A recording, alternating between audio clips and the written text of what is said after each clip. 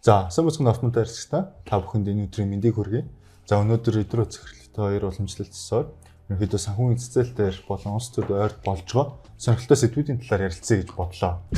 Трамп. Мэдээж Трампаас эхлэе. Өнөөдөр өчигдөр орой Америкийн цагаар те. Бараг өдөржингөө те. Тийм өдөржингөө Трамп ерөнхийдөө бол ерөнхийлөгч хуруугаа оншуулсан.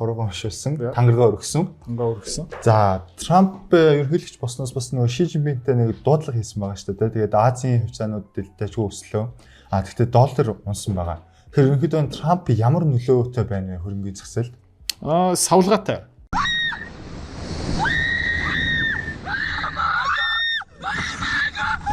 Ер нь бол хутгийг ээш тийшээ ингээд бүдүүлгэр явдаг тий.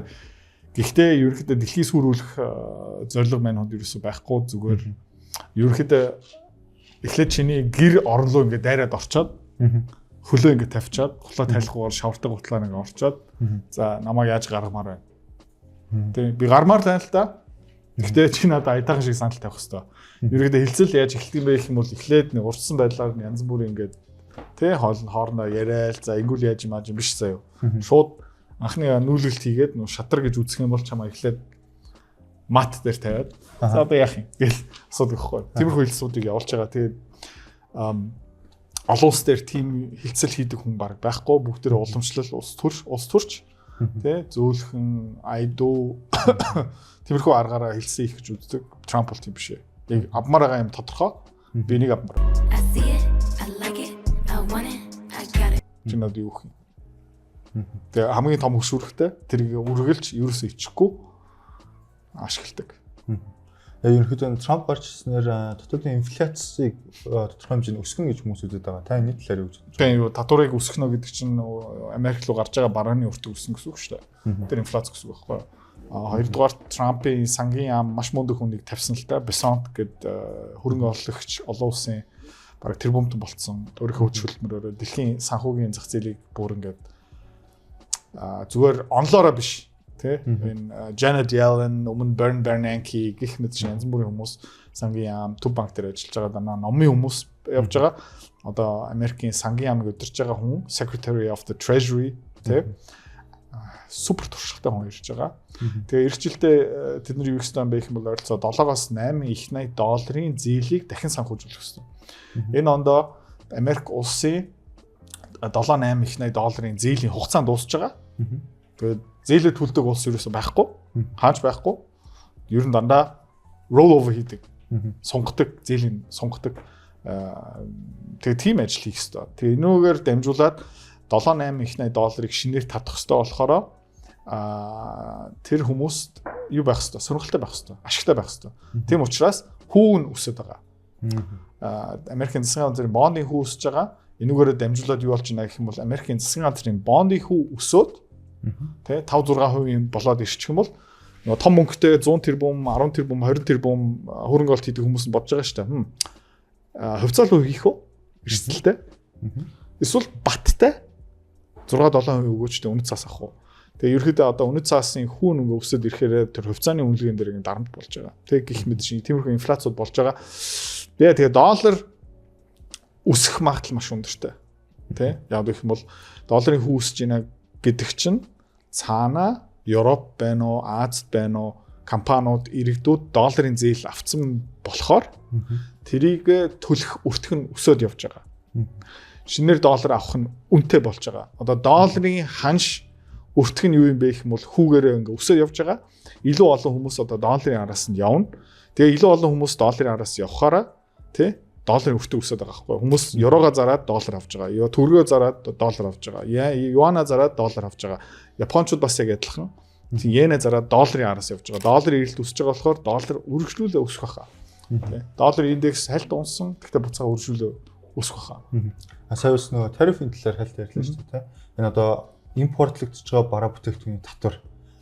Энэ улс одоо Хятад за тэгээд Мексик, Канада гэх мэт улсууд дээр өндөр татвар тавина гэж Дональд Трамп бол зарласан. Гэхдээ тухайн улсуудын ерөнхийдөө валютын ханшууд нь нэлээд чангарлаа жүжигчүүд. Тэгэхээр ерөнхийдөө энэ тарифуудын талаар та жоохон яриад. Зүгээр юу хиймээр байна гэх юм бол Америк улс юу хийж байна гэх юм бол за Европчуудаа та нар Mercedes-Benz, Volkswagen янз бүрийн машинуудыг Америкийн зах зээл дээр зармаар байгаа юм бол үйлдвэрлэлээ манай улстай явуул. Гадны хямдхан улс орноос Америк ажилтан авахгүй, Америкийн ажилтан цалин буулгахгүй, Америк дотооддоо үйлдвэрлэхгүй, Америк дотооддоо татвар матур үнцийг нэмэхгүй, гаднаас хямдхан бараа орлоод Америкчуудаа зараад манай долларыг аваад өөрийнхөө орн руу зүгөөд явмаар байгаа юм бол та нарын тэр борлуулалтын дээр маш том хориг тавь шүү гэж байгаа байхгүй. Зөв хэлцлийн арга. Америкт ажлын байрыг бий болгох, Америк руу хөрөнгө олт хий, эндээ үйлдвэрлэлээ байр, үйл ажиллагаа Америкт явуул, Америк дотроо татвар түл хүсэж байгаа шүү дээ. Эсвэл та хэдийн татварыг 50% өсгөнө. Та хэдийн компаниудыг бүгдийг ашиггүй болгоно. Тэгэд Америк доллар авмаар байгаа юм бол дэлхийн хамгийн том эдийн засагта бараа зармаар байгаа юм бол дэлхийн хамгийн өндөр орлоготой иргэдүүдийн мөнгнөөс авмаар байгаа юм бол Америк дотроо үйл ажиллагаа явуулаа. Тийм хэлсэн явж байгаа хгүй. Тэгээд аюу олон компаниуд Мексикт үйлдвэрээ барьмаар байсан, Канадад үйлдвэрээ барьмаар байсан, Бразилд үйлдвэрээ барьмаар байсан. Одоо бүгдийг болоод ерөөдөө маш олон том үйлдвэрлэгч компаниуд Тайван бүгдээрээ тэндээс нойлоос ахуулаад бүгдээрээ ерөөхдөө Америкт хөрөнгө олт хийе, үйлдвэрээ барья гэсэн судалгаанууд явж байгаа. Америк цаа. Дараагийн сонирхолтой сэдв биткойн талаар бас Трамп гараа жоохон өссөн. Трамп бас хэдэн coin гаргах шиг байна. Meme coin. Тэгээ сонирхолтой хүмүүс ярьж ирсэн байх юм бол Трамп золттой шууд strategic bitcoin reserve-ыг баталнаа. Тэ анхны өдөртөө гарганаа. Одоо дөнгөж сая анхны өдөртөө бараг 200 executive order ерөнхийлөгчийн тушаал хуулийн төсөл ингээ баталсан шүү дээ. Тэгээ хүмүүс юу ярьж ирсэн байх юм бол strategic bitcoin reserve-ыг хийнэ. Анхны өдөртөө. Энэгээр дамжуулаад биткойн 130 120 160 мянган доллар руу пуужинднаа. Тийм юм болоогүй. Тэгээ яг resistance дээр ингээл яваалаа л та. 108 109 мянган доллар руу одоо 3 дахь удаага хүрч байна. Тэгээд 108 109 мянган доллар биткойн хүрээд буцаагаад унж ийн л та. Тэгээ topping болж гин үү? Эсвэл тэр resistance-ийг цөмлөө дэш явах юм уу? Одоо харах хэвээр. Ингээд харахаараа Америкийн засгийн газрын хувьд долларын хувьд өрсөлдөгч нь хин бэ гэх юм бол биткойн. Америк улсын банкны систем долларын валютын урсгал тэрний өрсөлдөгч юм бэ гэх юм бол тэр Tether, тэр крипто, янз бүрийн худалдааны хориг, тэ эрчим хүч, газ, нефть борлуулмаар байгаа юм бол тэрийг сатаа болох боломжтой хориг тавих арга нь юу юм бэ гэх юм бол энэ банкны систем SWIFT системээр хориг тавьж байгаа шүү дээ. Тэрийг ингээд тэ хүчнгүй болох, тойрох арга нь юу юм бэ гэх юм бол биткойн крипто баггүй. Тэгээд одоо Америк улсын CEO болсон. Тэ Америкийн сангийн яам тэр Америк улсын хамгийн хүчтэй зэвсэг нь юу юм бэ гэх юм бол худалдааны хилцлүүд, долларын шилжүүлэг. Тэгээ би өөрөө Дональд Трамп байл гэж бодъё л та. Доллартай өрсөлдөх юм дэмжих үгүй юу гэх юм бол их дэмжмээргүй юм шиг байгаа хгүй. Тэгээ миний бодлоор тэдний мөнгийг авсан, крипто хүмүүсийн мөнгийг авсан, дэмжлэг авсан. Сонгуулийн юуг ин авсан, vote-ийг авсан. Одоо хэлсэндээ уусаа Дональд Трамп хаяа мөрдөх байхгүй юу? Юу санахгүй байна. Улс төр штэ. Энэ улс төр байхгүй юу? Тэгээд за окей чи одоо биткойныг стратегийн хөрөнгө олт болгоно. Биткойныг ингэнэ криптог яана мана. Хоёр шиткойн гаргасан. Тэгээд Трамп, Мелания хоёулаа шиткойн гаргаад хэдэн сая доллар ашиг олсон. Одоо хамгийн гол нь криптог яг жигнэсээ дэмжихүү. Криптог ингэ тултан дэмжих юм бол ерөнхийдөө долларын эсрэг. Тэгээ Америкийн банкны системийн эсрэг. Тийм учраас стратегийн хувьд би өөрөө Трамп байсан бол яг хуу биткойныг хориглохгүй. Тэ? Биткойны янз бүрийн таатай орчныг бүрдүүлнэ гэхдээ долларын эсрэг юм арга хэмжээ байхгүй. Тэгээд зарим хүмүүс нь яриад байгаа. Зөв криптогоор 35 их $8 үрийг дарнаа марна. Тим тэнэг одоо тийм үг хэлж байгаа тийм юм болоосэй гэж ярьж байгаа хүмүүс юу хэлж байна гэх юм бол би санхүүгийн системийг ерөөсөй ойлгохгүй байна. Тэр 35 их $8 крипто хэнийг худалдаж авах хэрэгтэй шүү дээ. Яг ч худалдаж авах юм. Тэ. Тэгээ за худалдаж авлаа. 35 их $8 тийм крипто валютыг худалдаж авлаа. Хятад улс, Япон, Герман бүгдээрээ авлаа. Тэг хин зарах юм. Авах байхгүй. Тэ. Зүгээр баахан мөнгө хандуулж байгаа гэсэн үг шүү дээ. Одоо shitcoin гэсэн үг шүү дээ. Shitcoin юу юм бэ гэх юм бол Монголын зах зээл дээр энэ IHC coin, миний хуучин хамтрагч одоо Монголоос бүр зогтсон Бачингийн coin байна. Хар мянган coinуд байгаа шүү дээ. Тэнд бас яг адилхан жинхэнэ мөнгө өгчих, төрөө надад өгчих би чамд ийм крипто валют үгүй, токен үгүй. За маш олон хүмүүс нь мөнгөө тушаагаад токен авцсан. Тэгээд энийг дамжуулан өөр хүн рүү зарж чадахгүй дараагийн худалдаа авах чинь байхгүй юм бол тоглоом дуусч байгаа байхгүй. Тийм учраас криптогаараа дамжуулаад Америкийн засгийн газрын үрийг дарна гэсэн тэнийг юм ерөөсөө байхгүй. Америк юу их боломжтой юм бэ гэх юм бол нэг бол маш их хэмжээний доллар хэвлэнэ.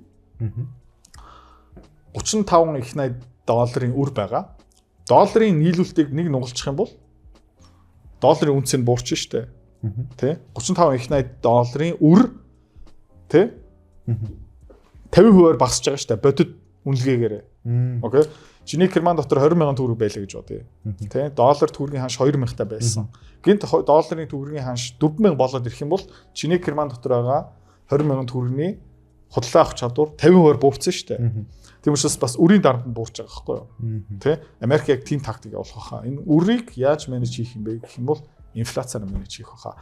Улсууд Монгол улс үрээ яаж менеж хийдэг юм? Одоо нийгмийн даатгалд маш их төлбөр төлөх хэрэгтэй. Монгол ард иргэдийн одоо төрийн албаа авч цалин буулгах хэрэгтэй. Тэ?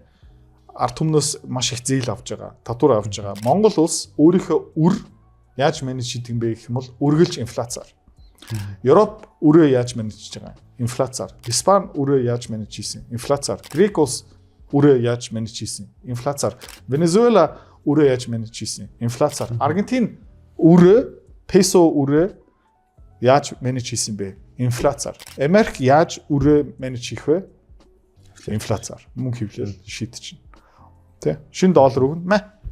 Доллар байна. Гэхдээ тэрний худалдаа авах чадвар буурч байгаа. Тэ? Би хэлсэн. Би чам доллар өгнө гэсэн. Би чам доллар өглөө дугаа бол. Тэ? Би чам 500,000 төгрөгийн тэтгэвэр өгнө гэж хэлсэн. Тэ? Одоо тэтгэвэр аав. Гэхдээ 10 жилийн өмнө 500,000 төгрөгийн тэтгэвэр чамд амласан. Тэгээ 10 жилийн дараа одоо би чам 500,000 төгрөгийн тэтгэвэр өгж гин. Тэргээр чи хэдэн доллар авах юм, хэдэн сүү хэрэг сүү авах юм, хэдэн төгс авах юм надад хамаагүй. Би яг чам тоонууд өгсөн. Мэ. Тэр аргаараа шийд. Тэгээд энэ инфляцтай холбогдоод ерөнхийдөө corporate одоо энэ байгууллагуудад хэрхэн нөлөөлөх бол тэгээд цаашлаад нөө байгууллагуудын хувьд барааны өртөг өснө, хүмүүсийн цалин өссөн. Тийм шинээр бүтээмж одоо шинэ үйлчлэгээ гаргалаа тэрийг өөр хүний бүтээмжээр худалдаж авч байгаа шүү дээ. Чи төмс тарьж байгаа. Би ном бичиж байгаа. Хоёлоо өмнө 10 кг төмс нэг номоор сольдог байсан бол тэр солилцоо яг адилхан. Яг хэвээрээ үлдэнэ. Гэхдээ дунд нь мөнгө байсан байхгүй юу? Чиний 10 кг төмсийг би 30,000 төгрөг авдаг байсан. Тэ? Одоо би 60,000-аар авнаа. Гэхдээ 10 төмс нэг ном хэвээрээ. Миний номны өртөг өмнө 30,000 төгрөг байсан бол одоо 60,000 төгрөг болно. Бүтээмжийн солилцоо, бараа үйлчилгээний солилцоо яг хэвээрээ. Тэ? 10 кг төмс нэг ном.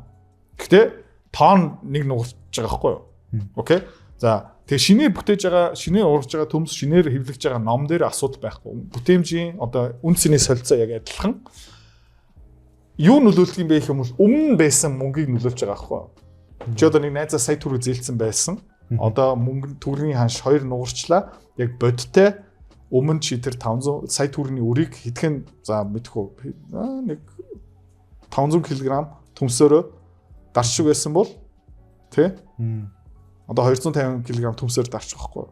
Энэ инфляц юу нөлөөлдөг юм бэ гэвэл өмнө байсан өглөг мөнгөний амлалт үрийг багасж байгаа واخгүй. Тэгээ тийм аргаар л явчих. Тэгээ тийм учраас компаниуд үргэлж шинэ үйлчлэгээ гаргаж байгаа. Шинээр subscription авч байгаа. Netflix-ийн subscription 15 доллар байсан бол одоо 20 доллар болно. Тэ? Ард иргэдийн цалин дахиад өснө. Энэгээр юу болж байна гэх юм бол шинээр бүтээмж, шинээр олж байгаа цалин маань ингээд инфляцтай дагаад өсчин. Компаниудын орлого, ашиг тоон нэмэгдэнэ. Тэгээ өмнө байсан үр зээл нь багасна. Энээс хэн хохирч байгаа юм бэ гэх юм бол хадгаламж хийсэн. Мөнгөө зүгээр хүүтэй бүтээгдэхүүн рүү оруулсан байгаа. Бонд худалдаа авсан байгаа хүмүүс хохирч байгаа. Бэлэн мөнгөөр яаж исэн хүмүүс нь хохирно. Тэтгэврээс хамаарч байгаа хүмүүс нь хохирно. Өөрийнхөө цалингаа үүсгэж чадахгүй хүмүүс нь хохирно. Халамж авч байсан хүмүүс нь хохирно. Тиймэрхүү юм бол. Тэгээ хөрөнгө эзэмшиж байгаа компани эзэмшиж байгаа хүмүүс нь хожино. Бүтээмжтэй хүмүүс нь хожино. Бүтээмжтэй байха болцсон тэтгэвэр авч байгаа хүмүүс нь хохирч байгаа. Тийм юм бол. Тэгвэл энэ хохирлоос хэрхэн өөрийгөө өөрчилсөн сэргийлэх хэрэгтэй. Хөрөнгүүдийг авах хэрэгтэй. Үйл хөдлөх хөрөнгө. Үйл хөдлөх хөрөнгө тэрчтэй хөрөнгө хамаагүй ямар хөрөнгө. Сайн хөрөнгүүдийг ав. Үйл хөдлөх байж болно. Гой хувьцаанууд байж болно. Тэ гэх мэт шүү. Тэ автоматикийн багц. Тэ. Тийм байна. Тиймэрхүү юмнууд ирж байгаа. Тэгээ одоо гоё савлгаатай өдөр болгон Трамп биднэрт юу гэж байна гэх юм бол яриа нисэдв, савлгаа, контентын суурийг бэлтэж байгаа. Баярлалаа Трамп. Тэ. Өдөрт одоо 2 контент гарах уу, 3 гаргана. Тэ. За өдрөө цэцэрлэлээ маш их баярлалаа. Тэгээ манай автоматикийн офс нүүсэн байгаа. Тэ. Хаашаа нүүлээ? Оо ямар өндөр байна те. Ямар гоё офс юм те. Meru Tower-ийн 15 дахь нүүсэн. Blue Sky-гийн эсрэг талд. Тэ. Нэг холт биш. ICC-гийн хажууд. Тэ. Хотын төвд. Meru Tower-ийн 15 дахь нүүсэн байгаа шүү. Дугаар монгаар бүх юм хിവэрэ зүгээр офсын байшил. Илүү том илүү гоё болсон. Тэгээд зөвлөгөө ирж авах хүн байгаа юм бол Meru Tower-ийн 15 дахь сүрээ дээр